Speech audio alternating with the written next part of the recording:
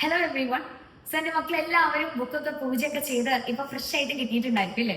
അപ്പൊ ഫ്രഷ് ആയിട്ട് കിട്ടിയ ആ ഒരു ബുക്കിനെ അങ്ങോട്ട് മാറ്റി നിർത്തുകയല്ല ചെയ്യുന്നത്.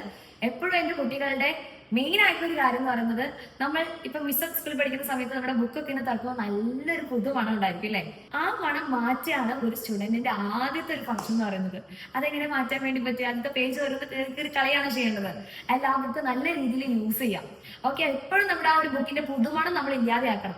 ആ മണം ഇല്ലെങ്കിൽ നമുക്ക് മനസ്സിലാക്കാൻ വേണ്ടി പറ്റും ആ ഒരു ബുക്ക് നമ്മൾ യൂസ് ചെയ്യുന്നുണ്ടെന്നുള്ള കാര്യം. ഓക്കെ, അപ്പൊ ഇപ്പൊ നിങ്ങൾ പൂജയ്ക്കൊക്കെ കഴിഞ്ഞ് ഇപ്പൊ നല്ല അടിപൊളി മണമൊക്കെ ആയിട്ടാണ് നമ്മുടെ ബുക്ക് ഇരിക്കുന്നത്. അപ്പൊ ഇനി എന്ത് ചെയ്യണം? അടിപൊളിയായിട്ട് അങ്ങോട്ട് സ്റ്റാർട്ട് ചെയ്യാം. കാരണം മിസ് ഇത് പറയാനുള്ള മെയിൻ ആയിട്ടുള്ള ഒരു കാരണം എന്ന് പറയുന്നത്, മക്കളെ നമ്മുടെ ക്രിസ്മസ് എക്സാമിന്റെ ഡേറ്റും കാര്യങ്ങളെ കുറിച്ചൊക്കെ നമ്മൾ വീഡിയോസും കാര്യങ്ങളൊക്കെ ചെയ്ത് നിങ്ങൾ കണ്ടിട്ടുണ്ടായിരിക്കും.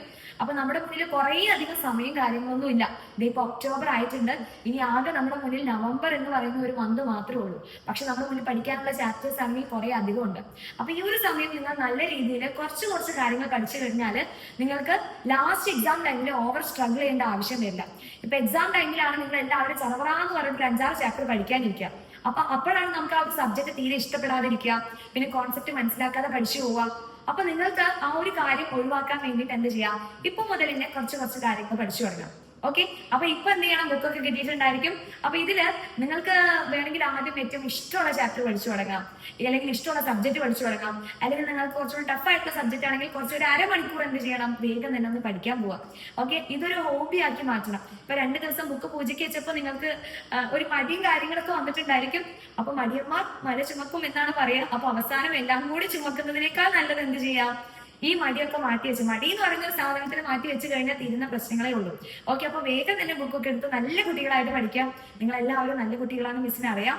അപ്പൊ ക്രിസ്മസ് എക്സാമിനും ഓണം എക്സാമിനേക്കാൾ ഡബിൾ മാർക്ക് നമ്മൾ എന്തായാലും സ്കോർ ചെയ്യണം. അതായത് നല്ല മാർക്ക് തന്നെ സ്കോർ ചെയ്യണം. എന്റെ കുട്ടികൾക്ക് എല്ലാവർക്കും നല്ലൊരു മാർക്ക് സ്കോർ ചെയ്യാൻ വേണ്ടി പറ്റും. നിങ്ങൾ എല്ലാവരും അടിപൊളിയാണെന്നുള്ള കാര്യം ആദ്യം മൈൻഡിൽ ഫിക്സ് ചെയ്യണം.